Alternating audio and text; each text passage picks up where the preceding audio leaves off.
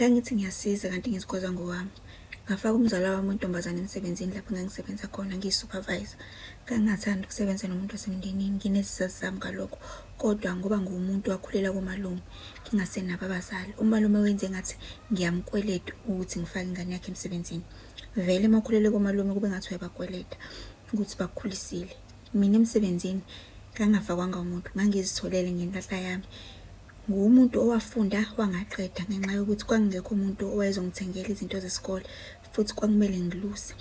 Bengikuthanda ukufunda kodwa ithuba lokufunda angilitholanga ngenxa yezimo engikhule phasi kwazo. Kwakumele kufunde ingane zomalume kuphela. Thina esasingenabo abazali indaba yethu yayingangena ngoba babeze besho umalume ukuthi ngeke basifundise thina ngoba uma sebesifundisile sobaleka sofuna ubaba bethu. Ngcono thina siluse nje. Ngikhule ngine-enga ngazitholela umsebenzi, ngasebenza ngokuzikhandla ngaze ngaba usupervisor. Ngafaka umzala wami njengoba bengichazile. Umzala wami waqoma imanager, baqala bahlela itulo lokungisusa kwiposition yami kuze kungene umzala. Cha, bangisebenzise kabuhlungu umzala wami nesoka lakhe, kwaze kwaba ngiyadimutha umzala wami wathatha iposition yami. Kwaba nzima ukuthi ngiqhubeke nokusebenza, ngayeka nomsebenzi ngendlela engathi sengihlukumeze ngakhona.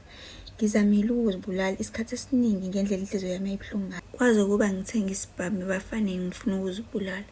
Kwathi ngelinye ilanga engangithi ngiyazidubula ngalo, kwafika into ethi angeke ngikwazi ukuthi ngizibulale mina ngedwa ngishiye lo muntu ongizwisa ubuhlungu obukaka.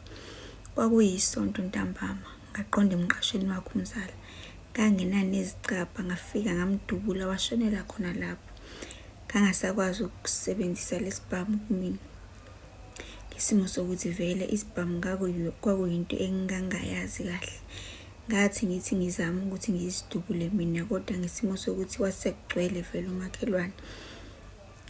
Ngangakwazi ukuzidubula, ngangiqhaqhazela ngashiya khona lapho phansi ngabaleka. Ekubalekeni kwami ngashiya yonke into emqashweni ngoba angizange ngisaya kwala ngangiqashe khona. Isimo sokuthi sahlala endaweni eyodwa, siqashe endaweni eyodwa naye usisi wami lo engangimfakile.